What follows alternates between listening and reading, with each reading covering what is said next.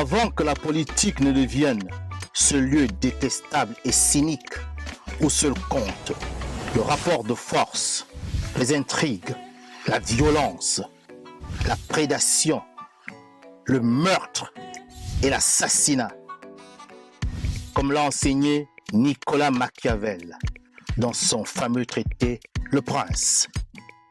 La politique était jadis portée par de nobles idées issues de la spiritualité osirienne, du fils de Ré, Osare, plus connu sous son nom grec, Osiris. Cette primordiale spiritualité, issue du matriarcat kamique de l'Égypte antique, avait pour fondement les 42 idéaux de la Maat. Sous son égide, la politique était faite pour l'homme, tournée au service exclusif du bonheur de l'humanité, quand Narimari, que l'on appelle aussi Narmer ou Ménès, fut le premier monarque de la terre, le premier homme à gouverner Kama, ou l'Égypte réunifiée au 4e millénaire avant l'ère chrétienne. Nous, la jeunesse africaine décomplexée, compétente, consciente et agissante, avons décidé de faire de la politique en nous inspirant de nos brillants ancêtres africains.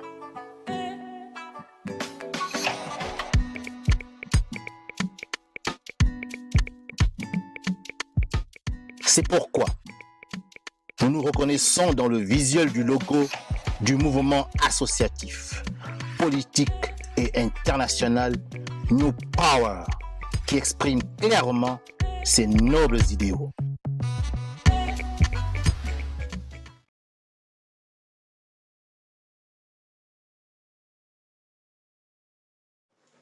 Le premier chapitre va consister à donner la définition, la nature du candidat france-africain et maçon.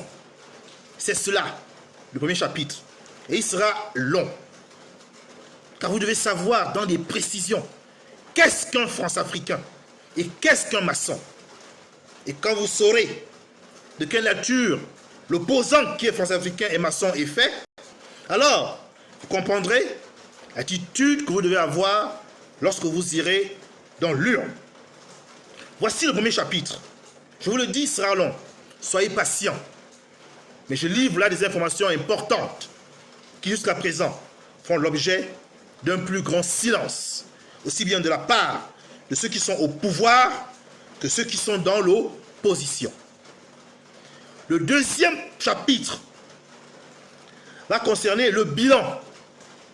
Le bilan des France-africains et le bilan des francs-maçons au Gabon. Car comme vous le savez, ces derniers gèrent notre pays depuis les indépendances. Donc il faut bien qu'on parle de leur bilan. Et on va rapidement le comparer au bilan des autres francs-maçons dans le monde.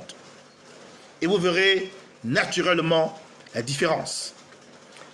Quand j'aurai fini ces deux chapitres, je vais simplement conclure. Et la conclusion, vous le verrez, tombera d'elle-même. Car je prendrai le soin d'être précis, d'être clair, et la conclusion va s'imposer. Et quand j'aurai fini de conclure, je vais adresser une supplique à la jeunesse gabonaise. Une supplique est une sorte de supplication, mais qu'on utilise dans le jargon poétique. Quand vous suppliez quelqu'un, vous lui demandez de faire une chose avec insistance, en mettant l'accent sur le cœur et non plus trop sur la raison. C'est cela la supplique. Un peu comme Georges Brassens qui a écrit une supplique pour être enterré sur la plage de Sète. Et Georges Brassens est un chanteur français que j'apprécie beaucoup. Et donc c'est cela, la supplique que je vous ferai à la fin de cette communication politique. C'est une supplique qui est adressée aux jeunes. Elle n'est pas adressée aux gens de ma génération. Elle est adressée aux jeunes qui ont encore tous leurs cheveux sur la tête.